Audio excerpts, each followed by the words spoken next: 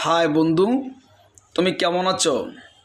খুব কষ্টে আছো, অভাবে আছো, দুশ্চিন্তায় আছো, তোমার পিছনে অনেক বিপদ লেগে আছে, শত্রু আছে।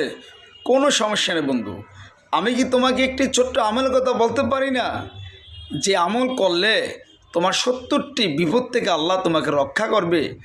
আর এই 70টি বিপদের ভিতরে সবচেয়ে ছোট্ট বিপদ হলো তোমার দরিদ্রতা, যেটা হানাহানি, মান সম্মান, ফ্যামিলিগত সমস্যা এবং মানুষের কাছে তুমি নির্যাতিত হচ্ছ।